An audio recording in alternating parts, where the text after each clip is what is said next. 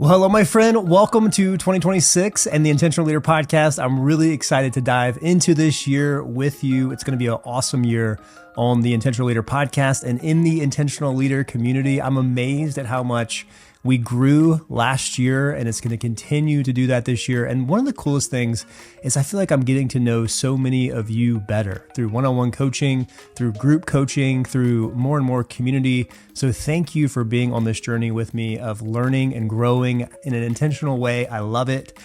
If you want to be up to date on everything happening in the Intentional Leader community this year, make sure you subscribe wherever you get your podcast or wherever you watch on YouTube.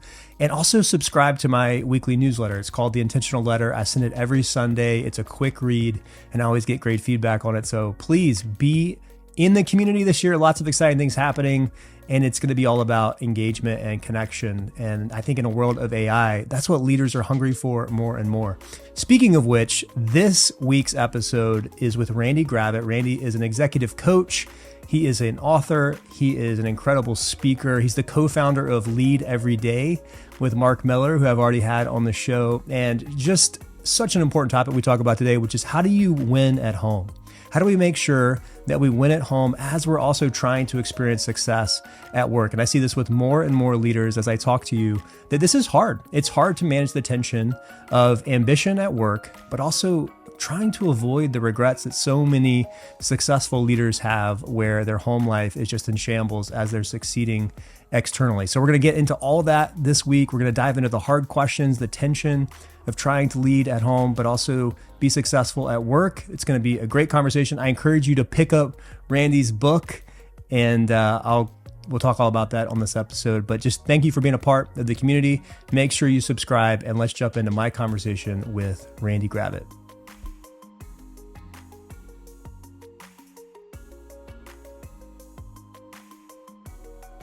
All right. Well, Randy Gravitt, I'm so grateful to have you on the Intentional Leader Podcast. Welcome.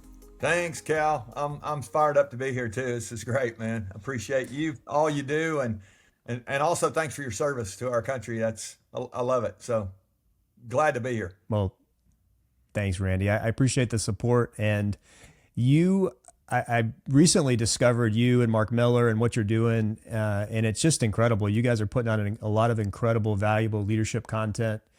And you've recently released a book that is near and dear to my heart, and it's talking about winning at home.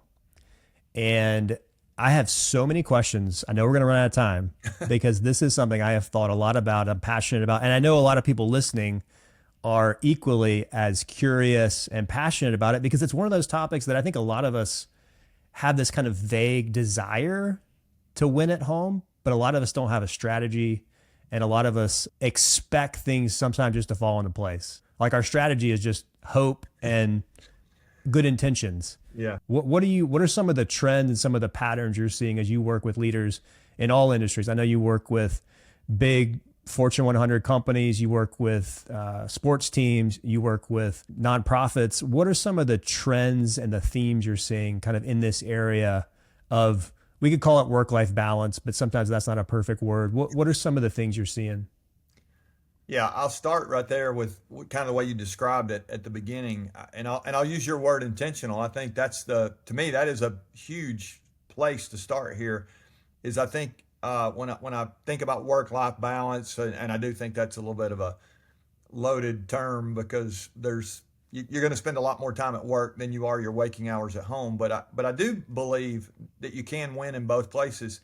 But I'll go back to the words you used a minute ago. It's strategy. I think when we go to work, we feel like we have a strategy. Most of us have been taught we're supposed to have a strategic plan, or we've got goals and things that we're chasing, and that's great. And we're comfortable there. We get a promotion there. We get you get a medal there. I mean, there's things, you get a raise, an opportunity. But when we go home, sometimes it feels like I'm not sure what to do. And I think the opposite of strategic for me is sporadic. I think sometimes we get it right just because we want to get it right and we're trying, but we're not really as intentional as we need to be, and we don't have a plan. And so when I go out there and start working with leaders, when Mark and I, really the companies we work with and the teams, we're helping them chase high performance, which is a lot of fun. But what we noticed was it's easy to talk about engagement and helping them build leadership cultures and execution and alignment and, culture, the stuff that we train on, but there really wasn't a lot of content that was helping people win outside of work. And so I thought I'll Yeah. write this book. It's something I'm passionate about as well. I want to see everybody well led. I mean, as well as I do, if you have a good leader, it makes it really good for you. And if you don't have a good leader, it makes it really hard for you. But I thought, how cool, I mean, and that's our vision, is like a world well led. That's what we talk about. But how cool would it be if everybody had an opportunity to grow up in a great family? And I think I think the value of family has been diminished somewhat. And so I thought, let's try to create some content that would help people not just think about it, but how would we do it? How would we have a strategy to do it? Much like if you're going to build a home, you would need a blueprint to help. You wouldn't just go to Home Depot or Lowe's and buy some lumber and start nailing it up. You got to have a plan. And so I just didn't see a lot of stuff out there to help us think about how to do that at home. And so I thought we'd write something. And yeah, we got Winning Begins at Home out there now, and it's a lot of fun. What was your experience in this arena? Were there certain inflection points for you where you felt like you were off track and maybe got back on track? Yeah, it's a great question. I'll go back even to my word decision a minute ago. I did decide very early on. Laura and I, my wife and I, we actually just celebrated 37 years. So it's been Wow. fun. That part of life has been great. But we had 4 kids, and all girls, by the way. So I'm a girl dad. And when the girls started Granddad. coming along, it just really, you asked the word or use the word inflection point. That was a moment where I thought it's more than us now, and you want to think through how do we be good parents and that kind of thing. And you ask, was it hard? There, yeah, it's hard to live in a house with 5 women. First of all, that was hard. But I think what was hard for me was it was like when you would go home and you'd be at home and you know this is something you're committed to and you want this to be great. You'd find yourself, it was easy to be at home and not really be at home because you got work on your mind, Yes. and you're trying to build your Yeah. career and that kind of thing. And you catch yourself for me back then, you're reading to your little girls, and you're thinking about tomorrow's project or next week's goal or whatever, or this somebody you didn't, you needed to talk to. And you're just, you find yourself just distracted almost. And I Yeah. think, Cal, it's just gotten harder. I mean, that was Hmm. 15 years ago when the girls were home, when they began to graduate. I would say now, 10 to 15 years ago, I would say now it's just even more difficult because of technology and the distractions. I've been reminding leaders lately, there's noise on your schedule, whether you schedule it or not. It just keeps showing up on our calendars. Yeah. And Yeah. yet quiet and those moments of connection don't show up unless you schedule them. And so and really are trying to be intentional in those moments. When you're together, you're really together. You're not the I mean, I walk into restaurants all the time and I'll see, it looks like mom and dad and a couple of kids, and Yeah. they're sitting around a Yep. table and they've got 4 devices out, Gosh. pads or Yeah. phones or whatever.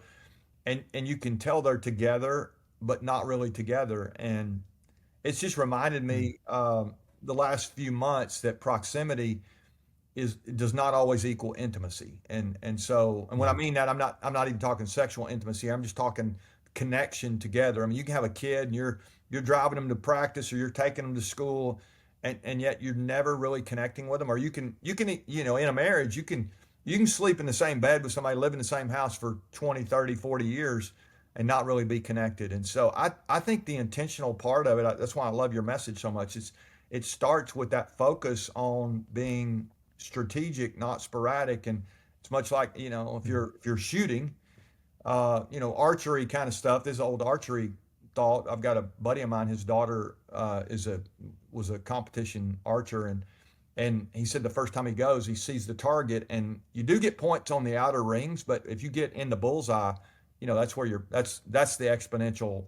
That's the force multiplier. And I think for us, you do get some points for staying together and hanging out and whatever. But if you can get a bullseye and you can get intentional in the way you think about your family, Hmm. I think you got a chance to really have a great home. And so Yeah, that's the way I would think Yeah. about that. Yeah, because it's such a tough issue because I think even just hearing you talk, the most people have good intentions. Like they really like I think most of us would say, I want to have a good family.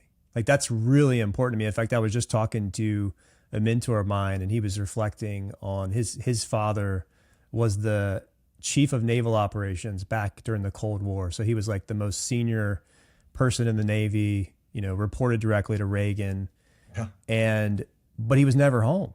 And it really wounded all of the kids. So here you have this man who served his country, incredibly successful, a man of integrity, high character, but at the end of his life, he reflected and he had regrets. It's easy perhaps to frame this conversation as like people who just don't care about their families, but actually I think it's people like you and me who have these great intentions, but there's this great tension.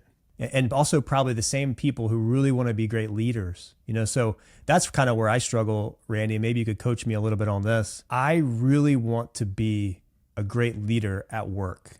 And I kind of think of that as like servant leadership. Well, servant leadership means often being available to people. It means being present with your team at work, which takes a lot of time. It takes a lot of energy. It takes a lot of intentionality. It takes a lot of effort. It takes emotional energy. And so that's the tension that I often struggle with because some of the best leaders that I know at work spend a lot of time at work. You know what I mean? So it's like, they're like, they stay in the office till, and this is maybe just like the military context, but they stay in the office till 7 o'clock so that they can be there to answer questions. And so if you talk to their teammates would be like, oh man, like he's always available. He or she's always available. They always answer my calls. To your point, like with technology, they respond to my emails. Like they're just always available. But when I think about the life that I don't want to be at work at 7:30, 8 o'clock because I know there's a trade-off there that I'm making where I'm not at home, throwing ball with my son or at home for dinner. So I know that that's probably like, I'm probably pitching you like an impossible question, but I wonder if you could just speak into that tension of like the leader who wants to be a servant leader at work, they want to serve their team, but then they also want to be home for dinner. Yeah. You know what I mean? Like, how do you manage that tension that exists with someone trying to do both well? Well, I'll say a few things here. Let me start with the word tension. I think there is tension. I mean, I don't want to pretend that it's this way or it's that way or it's both ways or it's neither way. I mean, it's like there's going to be tension here with this conversation and we need to acknowledge that. And I heard somebody say one time that balance, if we talk about balance, work-life balance is actually learning to live in the center of the tension. I mean, there's just this dynamic, it's not back like, well, so when I was a kid, we had the old seesaw on the playground or the teeter totter. And you think if you get two kids that weigh the same, it'll balance itself out perfectly. But when one guy's stronger or whatever, they're pushing up and down and the thing. And I think sometimes we think that our lives are supposed to just be balanced perfectly. And that's not the way it works. There's going to be tension. So let's start there. The second thing I want to say is I want to make sure no one hears me saying that the goal is to win at home and not win at work. I don't like I'm with you and the whole and what we spend our time trying to help leaders win at work. So Yeah, right. that's a given. We're going to try to win at work. I just want to make sure that we understand that winning again begins at home. I mean, to me, if I win at work and I lose at home, I think I still lose. And Yeah. we talk about that. And I've met leader after leader who's describes himself like you're talking, like I'm doing really great here, but at home it's not so good. And the way I think about it, Cal, is I would project out on my life and I think about, you use the word regret. I think about down the road, and I'm way further down the road than you are now. I'm a granddad now. And as I look back over my life or even as I look forward a little bit, and if I just, let's all think out to when we're going to be 80. I heard years ago Stephen Covey talking about the idea of beginning with the end in mind. I attended a workshop and and they had you write your eulogy. When I thought, well, I don't want to write my eulogy yet, but I'll go to I'm going to think about my 80th birthday party. I want you to think about that. And you may be Mm-hmm. 25 listening to this, and you're going, dude, I'm a long way from 80. But there's going to come a Mm-hmm. day you're going to be way down the road from where you are now, and you're going to look back. And we've always heard people say, nobody's going to say, I wish I'd spent more time at the office. And I think there's truth to that. There's a reason that's cliche. Yeah. But I Yeah. would I would just remind you, everybody listening, you will never get all the work done. I mean, you could stay Mm. 24/7 and it would never all be done. So that's a myth that we think if I stay longer, I'll get more done. There's still going to be more to do when you get back tomorrow. I think the key to me is trying to leave work at work when I go. And then when I go home, be home. And maybe there are Yeah. seasons I'm going to be home at 7 o'clock. But I, seasons, if I'm not careful, will turn into patterns, and Mm. patterns are where regret lives. I mean, we get these patterns in our life, and now the next thing you know, you blink and your son is gone. I mean, my kids are gone now, and there's no more there is no Mm. more soccer game or whatever. And the truth is, you can be the most senior person in your organization. You can be the most senior person you think in the world, and somebody else can actually do your job. I mean, you can be replaced. You are irreplaceable when it comes to being a mom or dad or husband or wife to your Yeah. people in your family. I mean, you're the only one who can play that role. And so I don't want to say home is the only thing. We do want to win at work, but I think Yeah. it really is just understanding that we're trying to win in both places. And I'll tell you a quick story. I was doing some coaching with an assistant coach in the NFL. We're having a meeting, and he's a former player, and he shared with me the story. He asked me the question. We kind of get off of the work and the leadership piece, and we're talking home. And he said, I've got two little girls, and I'm asking myself the question, can we really win a Super Bowl and and and not blow up my family? And I said, well, why are you Yeah. asking that? And he said, well, I actually played. I mean, this guy had played and had won a Super Bowl with another team.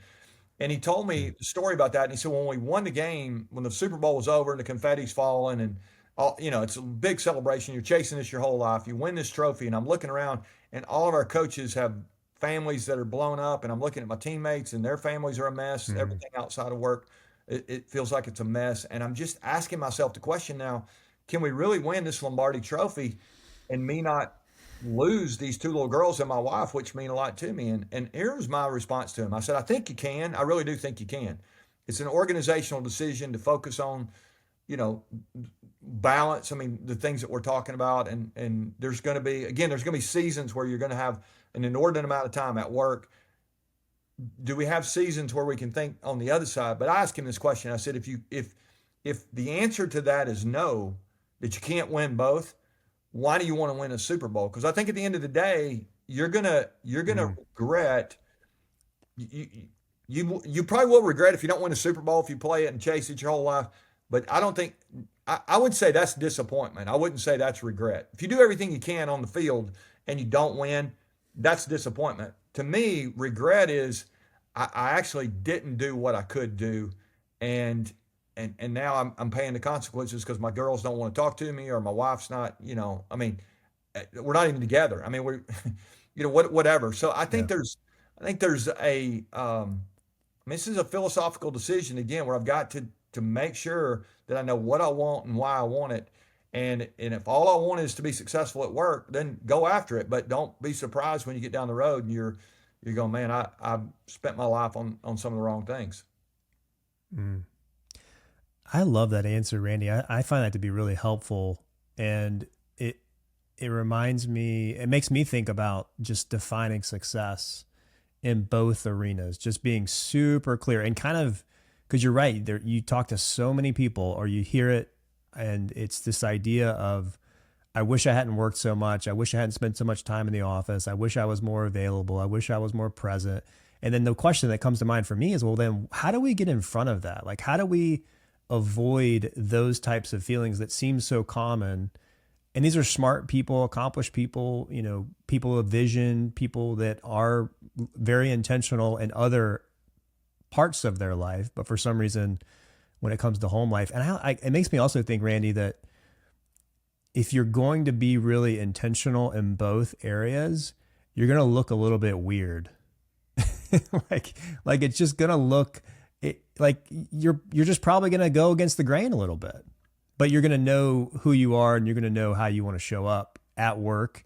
You're going to know that at whatever time you set as your time to leave and close the laptop and turn off your phone, like you're going to feel some sense of peace and inner strength that you're doing what you know you should be doing, because you've kind of, like you said, you've done that start with the end in mind work from the beginning. Well, I was just going to say, I think part of it is just having that conversation, even with your coworkers. And, you may not be in charge of your organization. You may have a boss that's got these expectations.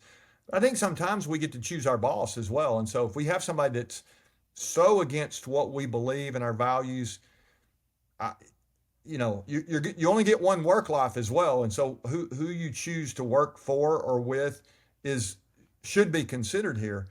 I think though, how do we do this? To me, the separation is the question. Like, how do we separate the two and not allow them to bleed over on each other? Because if I'm not careful, I'll go to work and I'll bring with me all my stuff from family, and I know a bunch of people who are not doing great work because they're distracted by, the lack of focus at work as well. So again, let's make sure that we do great work. But when we go home, can we really be home? We talked about it a minute ago, and like, how do we do that? So you get to decide, the listener, you get to decide, but I would say get yourself a what I'd almost call a trigger, or a point, on your compass. And so for me, I've got a stop sign at the beginning of my neighborhood. When I'm leave the neighborhood, if I'm going out to be with people, we're going to speak or work with companies or whatever we do, when I pass that stop sign, I want to go do great work. I want to leave home at home. Now I'm going to call home tonight and I'm going to check on, and I'm not saying if you're traveling, you're forgetting about home, but I think the flip side is really the place. Like when you come through that red light, in your town, or when you come into your neighborhood by the entry sign, or pull in the driveway. To me, I need it to be a little before the driveway, because I want to begin to shift the way I think about the people that I'm going to see when I get there. But I think even having that point, and I've done a couple of events in the last year, Cal, with you might not like this, but a couple of Navy SEALs, and they both have told me, I've used this statement I thought was so good. They said, when you get in a battle, you don't rise to the occasion, you sink to the level of your training. And I think that's a great statement. And, I've heard that before, but they both told me that. And I thought, okay, when we think about what we're talking about here, can we train ourselves at that stop sign, or at that, when we walk out, when we close that laptop, that is that signal that this will be here when I get back tomorrow, but I'm going to go be where I am, as opposed to I'm going to go home. And if the next thing you know, I'm scrolling and, texting and emailing and catching up, and I'm really, I'm at home, but I'm really never at home. And so that's not what we want. And I think that is where regret shows up, because we just stack that day after day after day. And again, those seasons, we're justifying it. And your kid, I mean, you got a little kid. It doesn't. I mean, they spell love time. TIME. You got to be there when you're there as well. And so I think that's a good reminder for all of us. Love the question. Yeah, I appreciate you getting practical, because I think that's probably what a lot of people appreciate and think about is, okay, I generally agree, I want to get better, but like, what are some practical, and I love that idea of having almost like a ritual or some kind of mental trigger in your mind that says, okay, like I'm shifting now specifically to being present with my family. I want to show, I've talked to some folks who even have like a little like pep talk, or they pump up the music. Like they want to make sure that when they get home, like they're showing up with like as if they're about to walk on a big stage and give a speech. Like they want to have that same level of energy. And I love that. I love that idea of like, I'm not just going to quickly hop off of a work call, still have work in my mind. And I know we've all felt that, and walk in. I'm going to make sure I have like kind of a cleansing, if you will, of that work. I know I have friends who take off their military uniform at work. Yeah. And that's just a way, and then they change into their kind of civilian clothes, and that's a way for them just to have that specific transition. But Randy, you also, I mean, even that idea of training, it makes me think of that James Clear idea, or we don't rise to our aspirations, we fall to the level of our habits and our systems. And that's just a really good point. I think it's something for all of us to think about, is like, what are our systems and how are they designed to support these kind of our vision for success at home? For me, and I'm not perfect at this, a lot of it does revolve around my phone. I almost just every single time I walk in the door, my phone goes on do not disturb. And there have been times where people have tried to get a hold of me that couldn't or didn't. And I'm okay with that, because it's just a way for me just to like not even be tempted to go check my phone or get all the notifications. There are times like on Saturdays, especially, we really try to carve that out to kind of be a rest day, where I try to just put my phone, not just on do not disturb, but it goes in a drawer. And you know what I mean? So like little things like that are ways that I'm trying to align my systems and my habits to support the type of priorities that I have. It's not perfect, but it is something I think all of us could think about, is what are our systems designed to give us the results that we want to get. Yeah, I think that's a great point. I mean, at work, you think about your systems. Systems always make excellence repeatable. Well, I think when I get home, I don't even think about putting systems in place, and that just, to me, that doesn't make a lot of sense. I mean, why would I not have some systems like that? And yet they feel maybe more squishy at home. But to your point, I think sometimes we can get very practical. And one of the things I've actually done this whole year is I moved my phone out of my bedroom. I didn't want it, I didn't want it in my bedroom at all. And so I thought, we set us up a place where we could charge our phones, and it's 2-3 rooms away from where we sleep. And what I found was if I don't have an intentional way to do that, I end up, waking up in the morning, first thing I'm gonna do is grab my phone, and that's just not what I wanted to do. One of the things that I try to do in my life, and I encourage leaders to do, is to win the first hour of the day. And for me, if I'm going to win the first hour of the day, I probably don't need to be connected to technology personally. Now, you get to decide. Everybody gets to decide what they do. But, who texted me during the night is not the first thing I want to be thinking about when the day begins. And so, it's funny this morning. It was about 10:30, and I'd been working on some stuff, and I thought, where's my phone? And I realized I hadn't even got the room where I'd charged. Yes. So, well done. Well done. But if I'm not careful, I can just become intoxicated with my phone, addicted to it all the time. And, we know people that, have struggled with all kinds of addictions, but we don't talk about the addiction to the phone enough, and what it's doing to our families and what it's doing to our children, all that. It's very concerning. And so, but at the end of the day, we're in charge of that, and I want to decide, like, am I going to let this thing own me, or am I going to own it? And it's so much more freeing if you just make that decision, and do not disturb that's one of the best things. Just punch that button but turn the notifications off as well, and remove any of the any of the distracting apps off there, whatever. You would have to think through and do maybe even a technology audit in your own life. But if you do that and then you make some adjustments, I think it will be a very short time that you'll start to see progress. And then those connections, all of a sudden now and not only that, I should mention, we're modeling, for our kids the same thing. I heard somebody say the other day, their little 3-year-old was asking, when will I be able to get a phone when I get older? And the mom was like, why do you need a phone? And the little kid was like, I want to be able to check the weather. And so it was, I'm saying, we live in a world now where 3-year-olds are thinking about checking the weather, which, it just, but he had seen his parents do that. And I thought, it's amazing when we make those decisions, how freeing it is in our family. But when we don't, we can just be tethered to that. And the next thing you know, again, I think the proximity's there, but the intimacy's not. The connection is not. We're connected to the outside world, and then we're wondering why our family's not working the way it should. And it's because we haven't made that decision.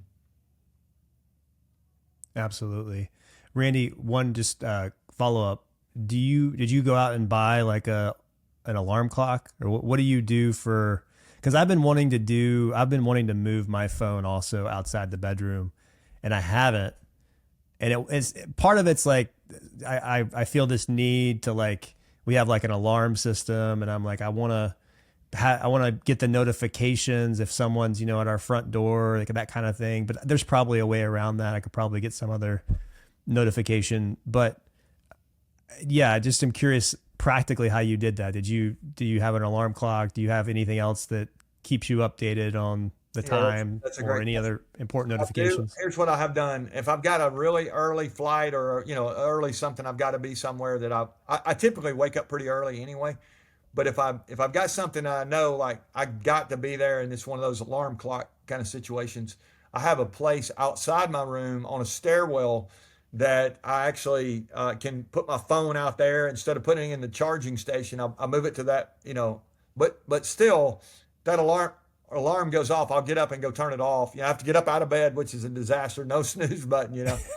But so I probably need to continue to work on my systems here, but yeah, I mean, I've got it, but I'm committed to it not being in my room. So Yeah. I mean, I'm going to hear it if it rings from where I have it, but yeah, I don't have to do that most nights. I mean, the first part of my day, I'm not normally with people for the first hour. And so, I got a little more leeway there, but I usually wake up way before the alarm, even on those days when I put it out there. I don't know. It's something about knowing that it's out there, and I'm going to wake up. Probably don't sleep as well as I should on those nights, but I probably need to keep tweaking the systems. But that's a great question. Yeah, you do what you have Well, to do. I think the intentionality of saying the only thing this thing's going to do is be my alarm clock. Okay, that's great. You can do that if you're strong enough. But if not, imagine going and getting an old alarm clock and having it. I mean, they do work, and they did for yeah, however, it turns out. and that still is as an option there. So. Um, I mean, Yeah. you get to decide, but I think the point being, if I'm not careful, I'll just justify, well, I've got it in here for this, and I might as well go ahead and check it for that. And that's, Hmm. that's not what I want. So again, what are you trying to accomplish, and what's the best way to set that up to be successful? And you'll have to decide that, listener. But, that's it's the hardest person you're going to lead is you. And if you can do that, I mean, you're gonna be set up to have the family life, and not just family life. When we talk about life outside of work, if work is the old proverbial 9 to 5, then what happens outside of work with our family and our fitness and our finances and our faith? All those, I guess there's a bunch of F words, but all that stuff is. I think we need to design for that, not just you used the phrase earlier. I hope something gets better. We always say hope is not a strategy. It's Hmm. maybe something will change. Maybe it won't. We got to design that and be intentional toward that. And if we are, it's amazing the results we can get. Absolutely. Yeah, and I think one thing I've noticed is the best, most high performing leaders that I talk to and that I interact with do exactly what you're talking about. They are not just reacting to life first thing in the morning. They're not just being thrown off by a text message or an email or YouTube or Facebook or whatever. It's very deliberate. They wake up, they have a plan, and they kind of they win, like you said, they win that first hour of their day. And my best days also involve that. One question, so I wonder if you could just flesh this out a little bit, Randy. You're saying that winning at home is the most important. It's kind of like the first thing, and that actually leads to more success at work. Can you flesh that out a little bit? Like what is it about winning at home that actually makes us more successful at work? Yeah, that's a great question. I would say I'll give a little caveat here and say that's what I would say. So every person gets to decide if I could win in only one of the two places, which one would I choose? And there are people who would say I'd rather just win at work. I really don't care about my life outside of work. That's fine. I'm saying if I have to pick one, I'm going to start at home. I think that is the first place. But what I have seen for, again, I'm old. I've been watching this for 40 years. The people who have a great family life, a stable home life, they are better employees. They are more effective, more efficient. Now, again, they've got to be focused at work as well. You can't just let's just go build a great family and then forfeit work. That's not what we're here for. But I think so many companies I look at, people who are getting this right. It's like they're better at work. If what happens outside of work, I believe, positions us to win at work. So again, not just family stuff, but if we're growing and we're, personally and Mhm. professionally, we're reading, we're thinking, we're taking care of ourselves, we're just buttoned up, so to speak. You're just going to be so much more effective when you get in the workplace, and I think your career is going to be more successful as well. And so I'm not saying, again, you have to choose one over the other. I just think you have to start with one as your Yeah. priority and say, if I'm going to lose anywhere, let's make sure it's not at home, because I think we all know we don't want to lose at work. It's just ingrained into us. So there are people that don't really care about their job and hate their job. And I get that. And I feel sorry for that person that they don't get to get up every day and have something they're excited about. They actually could recalibrate and probably, make a shift there as well. But if I'm not focused at home and I don't have a strategy, and frankly, that's again why we wrote the book. It's like, let's have a strategy to be able to do some of this. And so it, to me, if we get that right, now we're going to be better when we go into the office or wherever we go. I will say one other thing that I should have mentioned a minute ago when I was talking about my stop sign and all that. There are a bunch of people now who work at home. And so Yeah. let's don't forget the fact that your basement door, or your wherever you are upstairs, that might need to be your place where you separate. But it's I don't want to pretend this is easy, because for some people who are working Yeah. at home, the separation is going to be even harder. But Yeah. again, I think if we can get this right, we're going to be more effective in the workplace than we are if we don't pay attention to it. I know a bunch of people who are really struggling at work because their home life is not what I mean, it's affecting them greatly. And we've all seen that. So I'd just say we need to protect against that at all costs. I see it in my own life. I know that when my marriage is good, when I feel like my kids are in a good place, I am just, I mean, anecdotally, my own experience, I am just better at work. I'm able to be more present at work. I don't have that kind of in the back of my mind. I'm just showing up as my best person and leader. So it does make sense. I actually got a chance recently, Randy, to officiate one of my friends' weddings. First time ever. It was a lot of fun. It was great.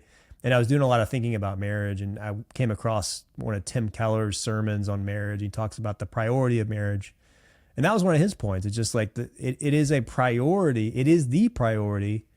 And he just talks, and he has all these great examples of just how, when it is prioritized correctly, just how much better you're showing up in all these other areas of life. And so it makes sense to me. I really love the book. Let's talk more specifically about the book, Winning at Home, or Winning Begins at Home. It's a I got mine, parable, I got which mine is here too. awesome. Okay. There you go. I love it.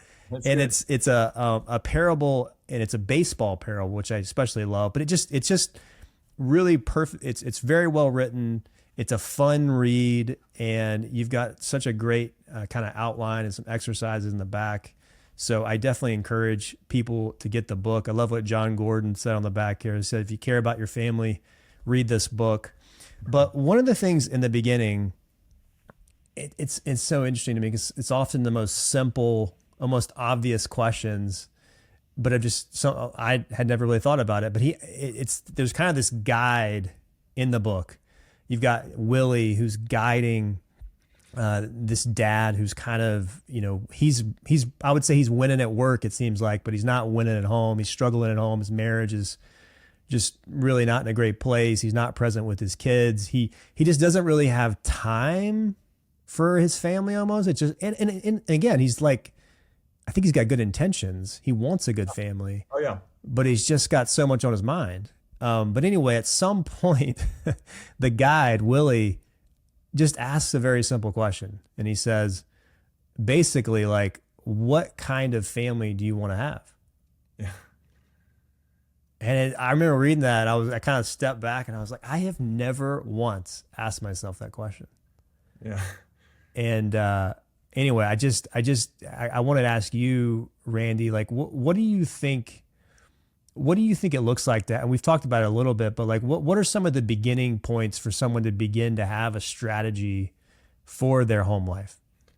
Yeah, that's great. So I just think that question is such a simple um, starting place, really. When in business, I think one of the most powerful questions is for somebody to say, "What are we trying to accomplish?" I mean, I just think Hmm. it just cuts through all the stuff. Like, what are we really trying to do here?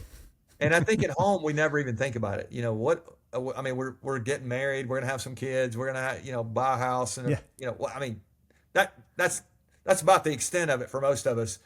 I hope we'll stay together, kind of thing.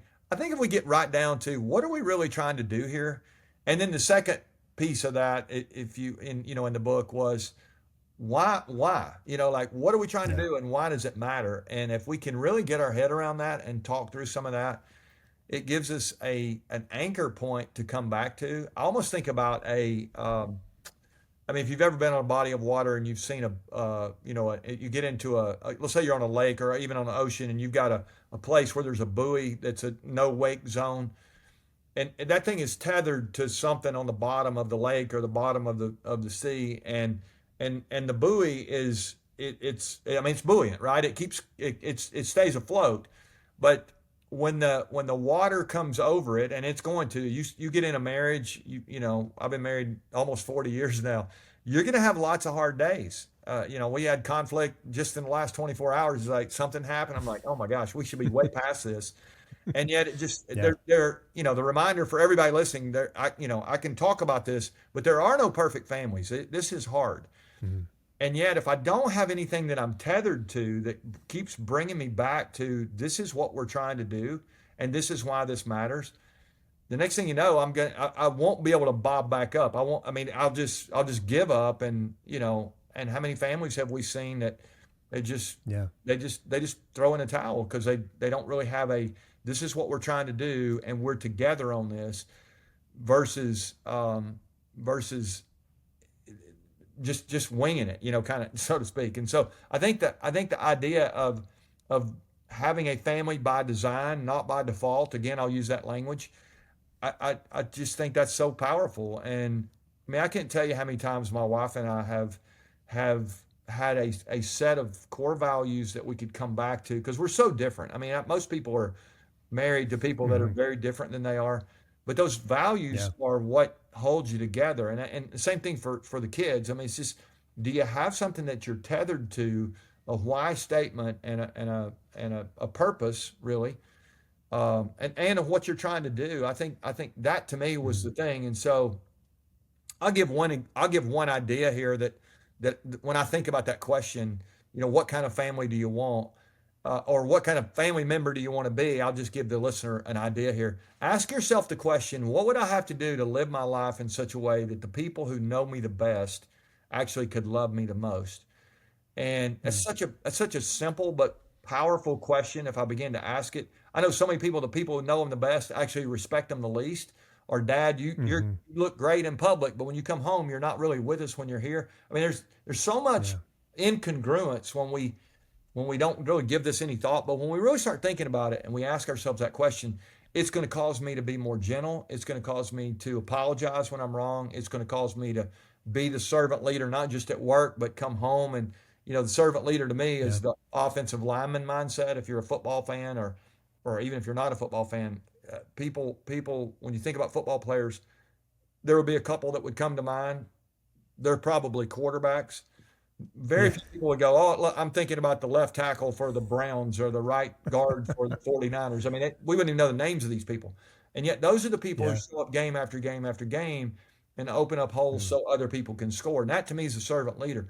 Well, when I go home, am I thinking, how do I help my wife win? How do I help my husband win? How do I help my kid win? Or am I just trying to fix my kid and make my point and I have these expectations on them that I don't even have on myself. It's just not fair. And so, my harshness goes away if I start asking myself that question.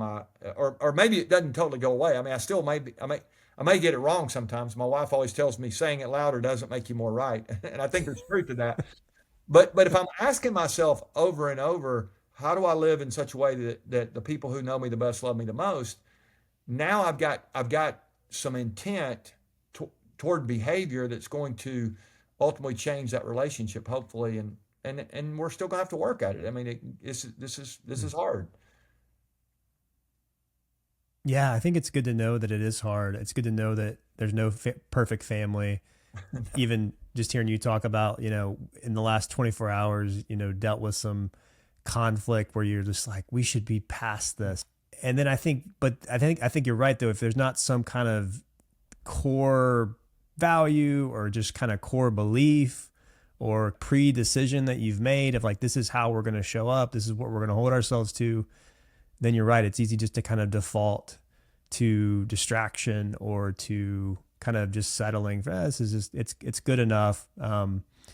It made me think about, I think it was Andy Stanley. He wrote a marriage book and then he wrote like a parenting book, but him and his wife pretty early on decided like one of their core goals is they wanted all their kids to want to hang out after they left the house. And so they wanted them to have, and so that drove a lot of the way they, encouraged their kids to spend time together. It also made, it kind of shaped the way that they interacted with their kids because they were pretty selective about, their discipline. They didn't just make everything a big deal. They wanted to cultivate friendships with their kids.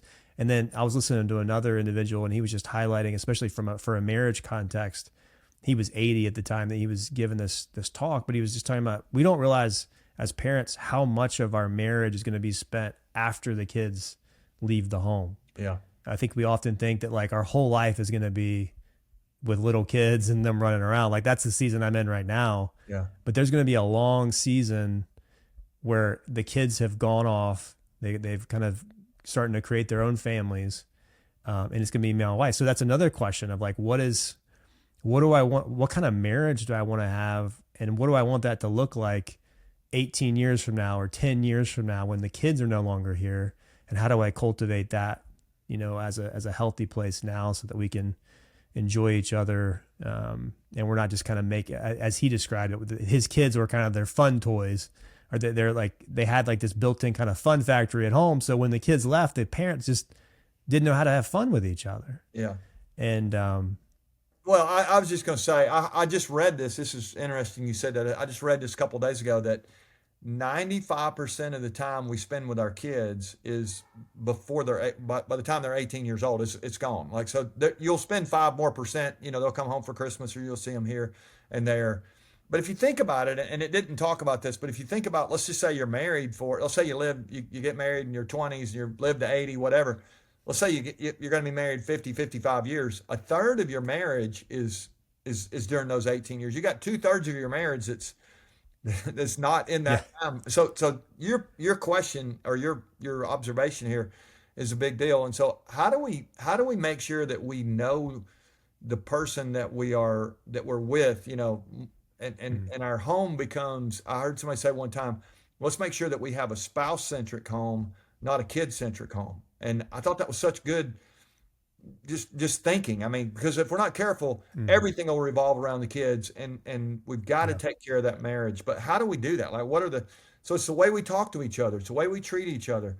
It's for us, one of the things we decided early on was we were not gonna go to bed angry. And so we have a certain point in the day, we're not gonna have any more discussions about anything that's going to be conflict after this point in the day. I mean, there's all kind of ways you could think about this, and then there's times you're going to have to say, okay, we're going to have to give this an extra hour because we don't want to go to bed in conflict. And I love that. It's really carried us in so many good ways, because if you're not angry and you get to a good place before you go to bed, really it's impossible to be angry 2 days in a row. And I don't know very many people whose families breaking up who don't have a pattern of, on and on and on of anger. And so resentment and bitterness, all that stuff begins to grow. And so I just think there's some boundaries again, and some barricades that almost you could put up to keep, to stem the tide, so to speak. And but I think how we think about these questions are really important, and most people don't give them very much thought at all. It's just, I hope we have a good marriage. Well, that's, again, hope is not our strategy here. We behave our way in the workplace to high performance. I think you behave your way to where you want to go at home as well. I've heard people say and this is kind of one of our rules too, or one of our goals is not to go to bed angry, but I have never heard anyone get a little bit more practical with that and say that they have like a cutoff point for those hot topic discussions. That I'm going to take that from this conversation, Randy. And That's we have really to good. reschedule that for another time. Let's get Yeah, well, more time here than what oh we yeah. have. Let's can we just tomorrow at 2 in the afternoon? Yep. We're off on Yeah. Saturday. Whenever you get to schedule it, but yeah, Yes. that could be a Ooh, powerful idea for people as well to think through. Because the that's really point good. is, I mean, unfortunately, most of us would rather be right than get it right. But if we start with, we Yeah. really want to get this right, it's Yeah. the goal in conflict is not to win. And in fact, it's kind of funny, but I heard somebody say, if you win every argument with your spouse, then you're sleeping with a loser. I thought that was hilarious. It's the goal is not to win the argument. The goal is to get Yeah. forward together in unity. And it's just such a good reminder for all of us to really work through that Mm. stuff and try to get to a better place. And again, we model that for our kids, and they understand this is, not easy, and yet mom and dad are committed to Yeah. trying to make this better. And I think when we do that, everybody wins. Well, Randy, I know we're kind of getting close to the end of time here, but I want to see if you could we could finish this conversation with talking about love. One of the things you talk about in the book, kind of one of the principles that comes out is this idea of love first. Talk to us about the power and the importance and kind of the priority of love as we're trying to win at home. Yeah, that's fantastic. I would say love is maybe the most powerful word in the history of the world. I know so many people who are military people. You got a bunch of military people listening. I've had conversations with them before, and at the end of the day, they don't lay down their lives for flags and freedom. They lay down their lives for their family and their friends and their faith, their values. I mean, those kind of things. It's all kind of, under this umbrella of love. I think the same thing is true with in our homes. I mean, we see people demonstrate this, and it's really hard. I mean, again, let's put it in a real scenario. Let's say you've got, or just I'll just speak for myself. For me, I've got these 4 daughters, and they're growing up, and I'm asking myself all the time, what's it like to be on the other side of the table for me? And I know me, I'm intense. I'm charging the hill. It's, you got a bunch of listeners here that are alpha. Let's go take the mountain. And I hear Mhm. people say all the time, it's lonely at the top. I think it's only lonely at the top if you go to the top by yourself. I think if we Mhm. understand that the mission, so to speak, if I could use that language, is to get to the top together and to still love each other. How do I live in such a way that the people who know me the best love me the most? Do we like each other as well? I mean, it's not we love because we're obligated to love. That's not real love. We know that, but it's almost like we feel like I'm supposed to love you because we're a family. But do we really like each other? Back to what you were talking about with Andy, and we don't raise our kids to keep them, but I think if we have love in our home, they're going to want to come back at some point and appreciate each other and have those relationships. I hope that's going to be the case, or at least as parents, you want to try to create that kind of environment. And I think if you do that, go back to that question, what's it like to be loved by me? Or at work, even, what's it like to be led by me? What's it like to be led by me and loved by me? If I'm asking myself that question with my daughters, am I willing to give them the last word? That's love, that I don't Mhm. have to have the last word. I don't have to make my point. Am I seeking first to understand their point? And if I really begin to treat them that way and think that way, I don't know anybody who doesn't want to be in a relationship with a servant leader. Now, a servant leader, Yeah. go back to that. It's not a doormat. It's not a servant leader will hold me accountable. They'll Mhm. lay down their life for me ultimately, and that is very attractive in a home, to a kid, to a spouse, to anyone. If they know that you have their best interest at heart and you really do love them, man, to me that's so powerful. So yeah, I hope that is an encouragement to anyone out there. It's so easy for us to say, well, I don't know what to do or how to do it. If I could take just one more second, years ago I was working with a major league baseball team, and I was spending some time with a hitting coach, and he made this statement. He said he was talking about hitting, and I asked him. I had dinner with him, and I said, "Tell me what happens if somebody gets in a slump." And because he's got this whole little formula of rhythm and timing and vision and balance and all this. He said all that goes out the window if somebody's in a slump. If they're in a slump, it's two things: see ball, hit ball. And I thought, how simple is that? And I just brought that back, and I thought, okay, in a home, it's just see need, meet need, see a need, meet a need, see a need, meet a need. If you just show up tonight, whoever you are, wherever you go home That's and you good. see something that's somebody needs help with homework, somebody needs help with some kind of chore, somebody needs anything. You pay attention to that and you show up and bring your best to that. To me, that's love. And so I think we have thousands of opportunities to demonstrate that every day. And the people I know who do that are the most fun people to be around. So, hopefully that's encouraging to folks. It's encouraging to me. And I love in the book how you also talk about how love is a verb and love is a choice. And I love the kind of the positioning of love first, because I think when you look like, even when you look at a great marriage, you look at like when I think about marriage, I go to Ephesians 5, and there's that idea of like, as a husband, love your wife as Christ loved the church.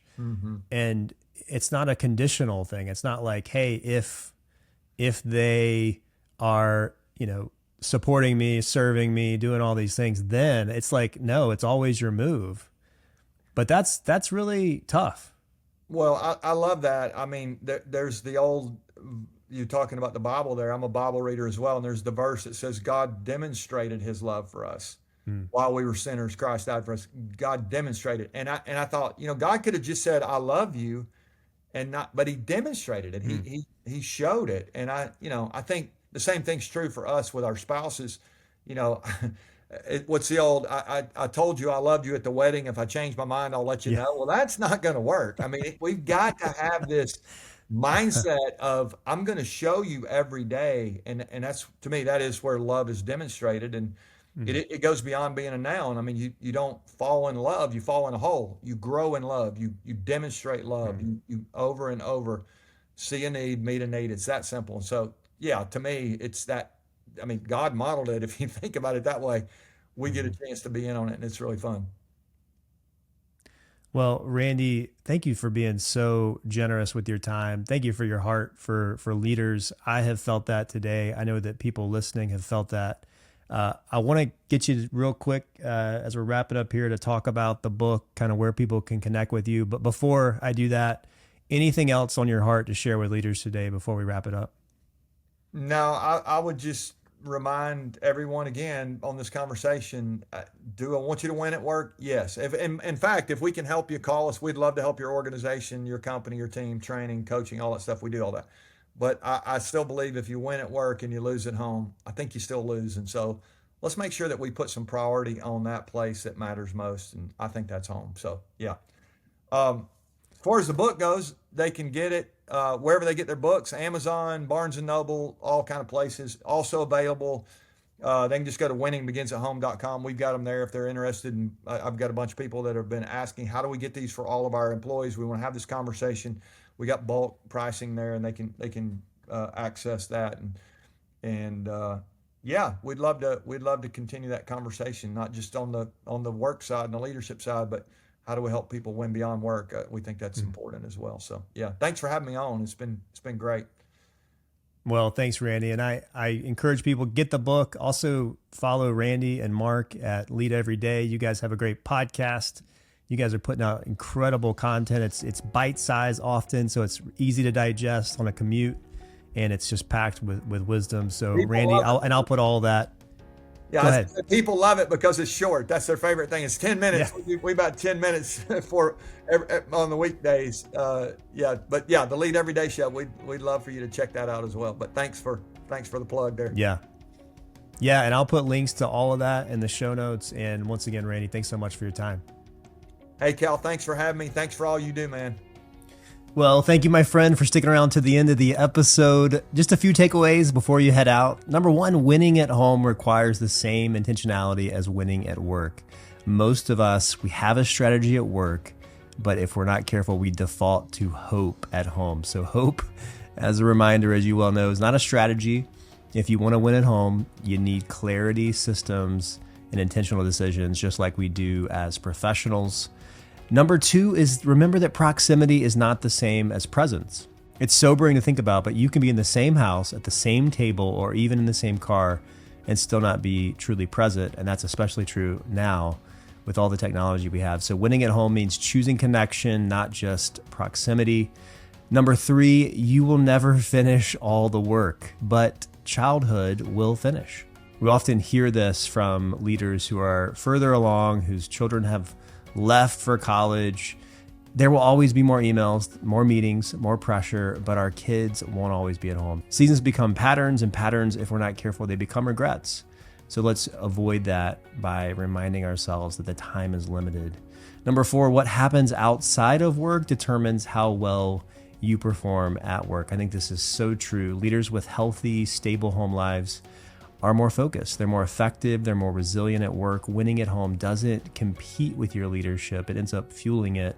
This is true for us as leaders, but then also for the people on our team. So when we think about giving people space, allowing them to have a healthy home life, know that that's going to show back up into how they operate at work. And then finally, love first means seeing needs and meeting them, if possible, on a daily basis. So love isn't just something that you feel, it's something that we demonstrate. At home, leadership often looks like we see a need and then we meet a need. And over time, that kind of love ends up changing our families. It ends up changing everything about our lives. So pick up a copy of his book, Winning Begins at Home. Also, be sure to join my newsletter, The Intentional Letter. I'll send it every Sunday, and it's a great way to stay connected with me and also to know everything that's happening in 2026 with Intentional Leader. Lots of exciting things coming very shortly. Thank you for your time today. I certainly don't take that for granted. I hope you go and have a great week. Remember that life is short. Let's go make it count.